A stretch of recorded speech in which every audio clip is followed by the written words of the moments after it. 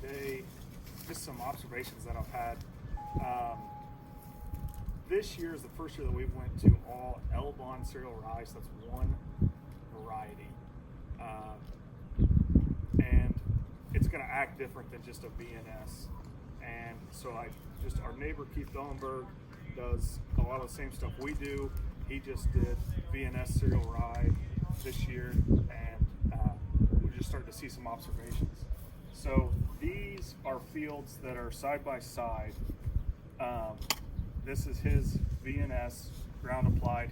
He spread it, co-op spread it with a fertilizer, and then he VT'd this in, and we drilled this in. So VNS rye, Elbon cereal rye, significantly different size. So we're looking for biomass. Those things gonna have a lot more here, both ground applied. These are fields that are adjoining again, aerial applied VNS Elbon. If you look, and obviously we're going to crimp, if you look right here, we already have heads showing. So we know that it's too early to crimp, but once we start to shed pollen, we would be able to crimp. Whereas this, by the calculations that I've been keeping track of, this has been growing about 1.8 inches a day. This is about 17 days ahead of this plant here. So if we're going to crimp, we're going to be able to crimp here in a couple weeks, and we're looking at a month or so with this.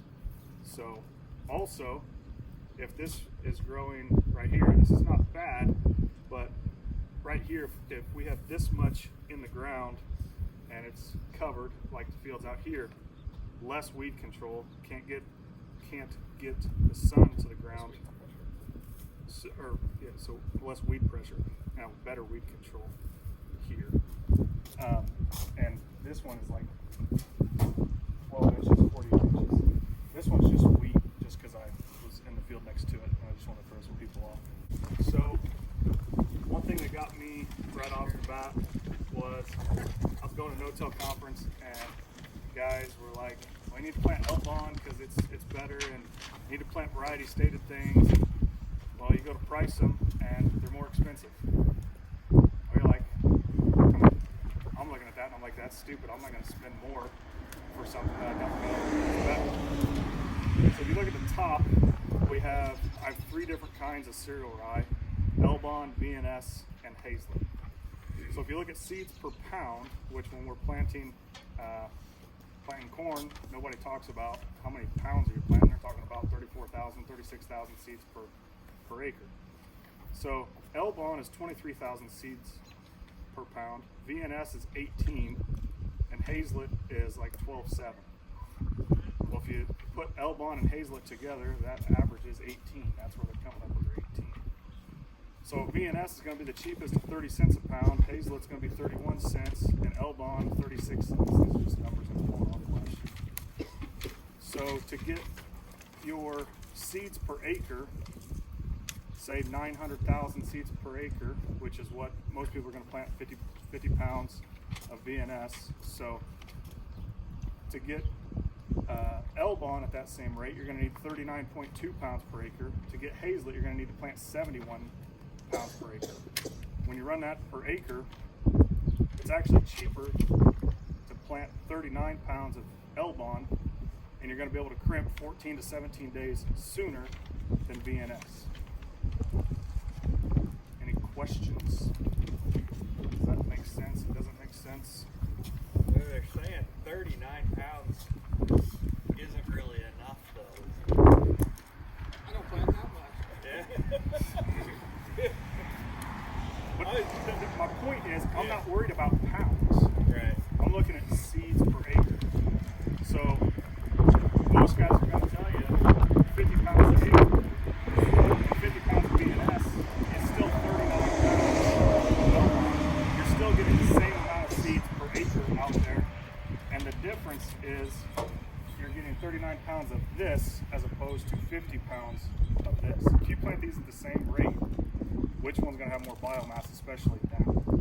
So that's where you can actually get by with less pounds and save yourself some money and actually build biomass at a quicker rate than you can with just a VNS. So the same thing goes for like a radish and a rapeseed. So radish is 34,000 seeds per pound. A rapeseed is 157,000 seeds per pound. They are tiny. Price difference 97 cents to $1.63. We only run about 3/10 of a pound, and so 3/10 of a pound is going to be still more seeds per acre than radish, and it's going to be over $1.34 cheaper, and it's going to grow. It's growing now. Same way with clover, Balanza, and crimson. Rick Clark talked about Balanza, and I was like, Rick, it's like almost twice as much. He's like, Carter, think about it. 500,000 seeds per pound. So you start to run that, you get 500,000 seeds per pound. At one pound per acre is $2.59. To get 450,000 seeds of crimson, you're talking $4.53 or $2 more expensive. Balanza, because the hollow stem is going to crimp. Crimson, if it's in a mix, I don't think you're going to terminate it. We've crimped it, but I don't know if it's terminated it. But it took it down, I guess. And the one I just was at Byron's yesterday, they were telling me about Harry Vetch is this AU merit. I tried doing some research on it a little bit last night, but they're telling me that is going to be able to crimp 10 days before a VNS rye. So if you're looking to crimp sooner, those are some things to look at. But I couldn't find seeds per pound prices and those things on short notice. But yeah, so you don't have to get caught up on the 39 pound. Like, you can plant whatever you want. But what I'm saying is, like, I built the spreadsheets for ours, and so I'm running, if I'm building a mix, I'm looking at total seeds per acre, not just, I want 50, 60, 70 pounds of cereal rye, because it is going to be different. So, and then like I said, once you see these, we did it, and we bit the bullet, did it, and honestly, this is, you can ask the other guys, this is probably our best stand of cover crops that we've ever had, and we've been doing it 10, 11 years, and we're really, really happy with this. We've probably got 1,500 acres that looks like this, that's probably going to get crimped. Maybe not all 1,500, but I would say we crimped, what, 300 or 400 acres a couple years ago. We'll crimp a lot more than that this year, just because, like, this one's already showing ahead. If you want to know when is it too early or too late to crimp, Monday we didn't plant, so I went out and crimped some. It was too early, we knew it, but we just wanted to see because we got anxious. So as you go into town, you go around a couple curves, you come to the bottom of the hill. On the right hand side, there is a 30-acre green field. Right down the driveway, you'll see where I crimped down the driveway, and then a little bit out by the road. And you can see that there's some of it down, and there's a lot of it that stood back up. And when you compare it to the stuff that's just standing that got sprayed, it's not even close. So you pull in there, and you look at that, and you see that, like, it's all kind of pretty much stood back up. That's too early. Like, if you're seeing that, just stop. I mean, just stop. Just wait. It just needs more time. And I could tell that. So this was just me. I pulled in. I went all the way back to the corner by the pasture and went on the other end rows because I didn't think it would work. So, and then I drove out to the road. You didn't want to do that where you can see it. So there's a little bit out by the road, but most of it's back in the back. So I did about 2 acres, and I could tell once I started going. And so I started changing speeds, went down to 6, went up to 12. It really didn't matter. It was just too early. But once this stuff matures, once vetch blooms, once this goes through pollination, you're gonna crimp it, and it will pretty well stay full. How far away are you right now, then? That field 2 weeks maybe. Maybe not even that long. If it gets as warm as they say next week, probably you'll see a lot of heads next weekend. Yeah. I mean, one thing Carter didn't say that is cool about the Elbon also is its mature height is like less than 4 foot tall. VNS is going to get as tall as me. Oh yeah. Yeah, this is pretty So much. as far as plugging radiators and things like that, I don't know if it'll be any different, but it won't be in your face. But yeah, this head Yeah. out there, that's about as tall as it's gonna be. How much difference does that make in the biomass then once your crimp laying down? If that's as tall as it's going to get, is that good or is that? What's your end goal? No matter what you're doing, you got to have a reason for doing it. If you're just doing it because somebody told you to, it's probably not a good reason. So are you stopping erosion? Are you using it for weed control? We've seen the mega benefit in weed control. I mean, if we have drilled, any cereal rye in the whole field, there is no water hemp, there is no mare's tail is not even existent on our farm anymore. And a few years ago, we were just what I call naked no-tillers. It was everywhere. I mean, they will smother them out. So that's what we've seen. That's got us like, whoa, that's why we let it get big. That's why Dad doesn't spray till we plant. But see, if you look on top of the ground here, to me, this looks pretty wet. But I'm telling you, when I grab this, like, I can't make a ball. And that's really what we're looking for. And honestly, when we dig behind a planter, whether it's corn, beans, whatever, I mean, you just grab it. But we've got a tuber root. So like a radish is really just gonna throw this root down and it's gonna eventually die. It's gonna have a few of these roots on each side, but it's gonna winter kill. You can't get them in fast enough in the fall to get the growth that we need to break through all these layers that we need. Whereas the rapeseed, we can keep going like that. It's going to shoot out some of these smaller ones, throwing out some layers here, and all these fine fibrous roots. Those are the ones that are really doing a lot of our work, and that really makes it really, really hard. We don't need a lot of this in the mix, because like I said, a per pound is like 47,000 seeds per acre. So that's like 1.3. It's like 1.3 pounds of radish. If you put 1.3 pounds of radish out, you're gonna be like, holy crap. Put that in the mix, and it just does better. Only it helps our CFD contract. That's that. Some other observations that we've had is we have had some herbicide carryover. So actually, if you look right out here, if you look towards the road, you can see we've got bigger rye, and then like you almost can't see. It looks like it just goes right into the ditch. You step that off, it's about 15 feet. That's Dad's outside with a sprayer. And lots of times when people start the field, they'll start right here where it's cleaning out, and he's cleaning out right there. And so I don't know exactly what we would have had to clean it out there, but it goes and it runs the same pattern that it looked like when he sprayed, and then it eventually gets up. So that is kind of what herbicide carryover will look like. Is it doesn't necessarily terminate your covers, but they're going to be shorter, thinner, some of those things. That's where guys that like fly on early and then they don't have anything grow, like, man, them cover crops don't work. Well, they do. It probably was more of a herbicide issue than we realized, but it's hard to see what that is. This field looks pretty good, but we've got areas that are bigger, smaller, some of those things. He noticed it and started going out and looking, and they ended up being our management zones. So, and a lot of them turn out to be where we didn't, where our soil tests were high enough that we didn't need phosphorus or potassium last fall, so we didn't apply anything.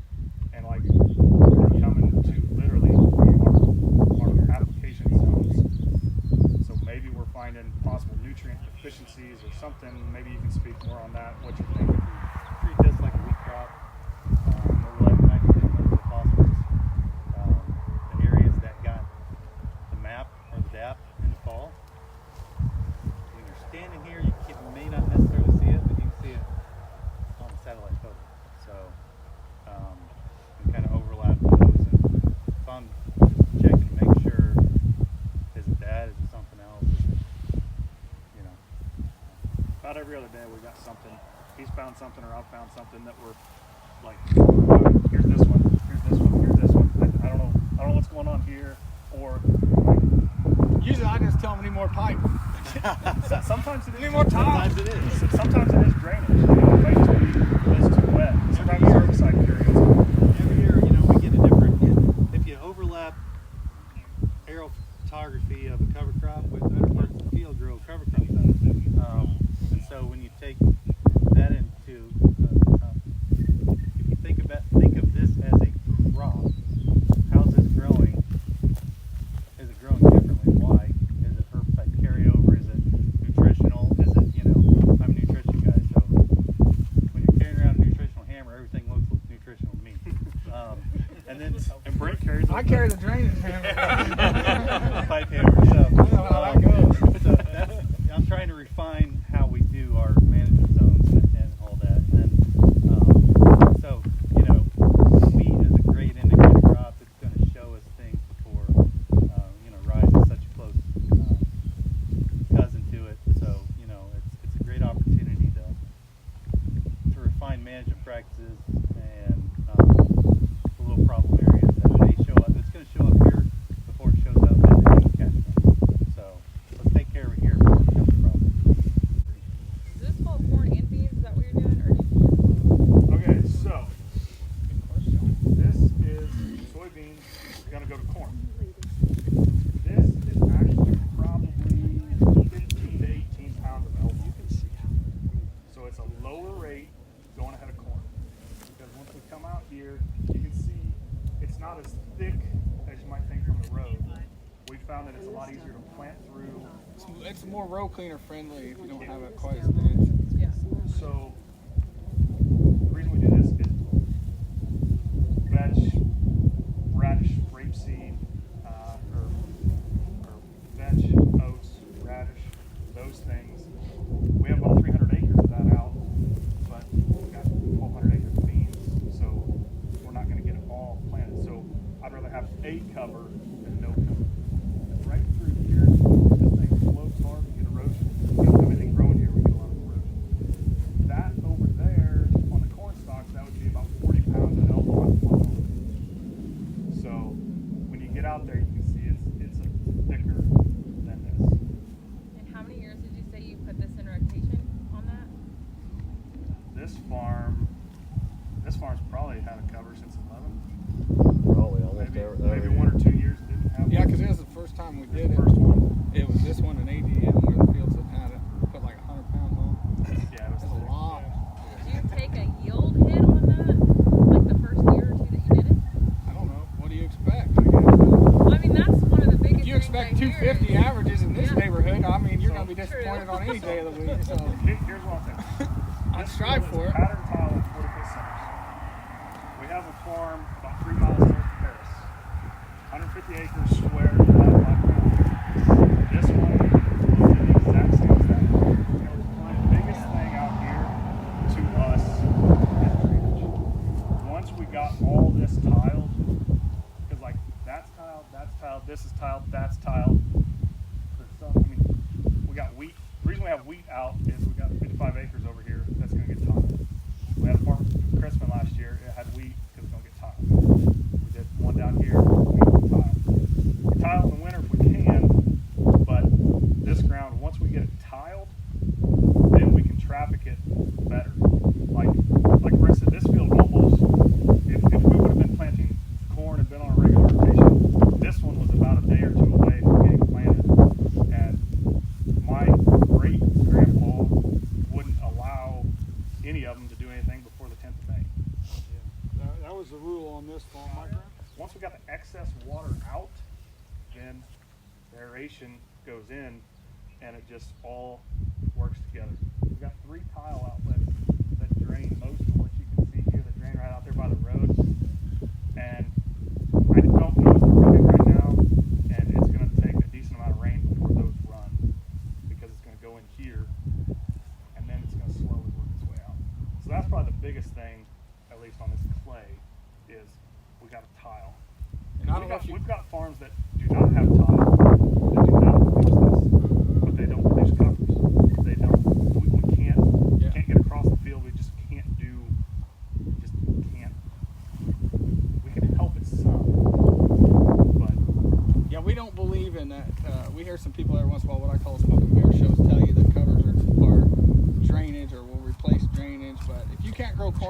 ain't gonna grow wheat, you ain't gonna grow rye, you're not gonna grow hay. If you can't breathe, you can't eat. That's what I tell people. You go get you a Big Mac and jump in the pool and see how much you eat.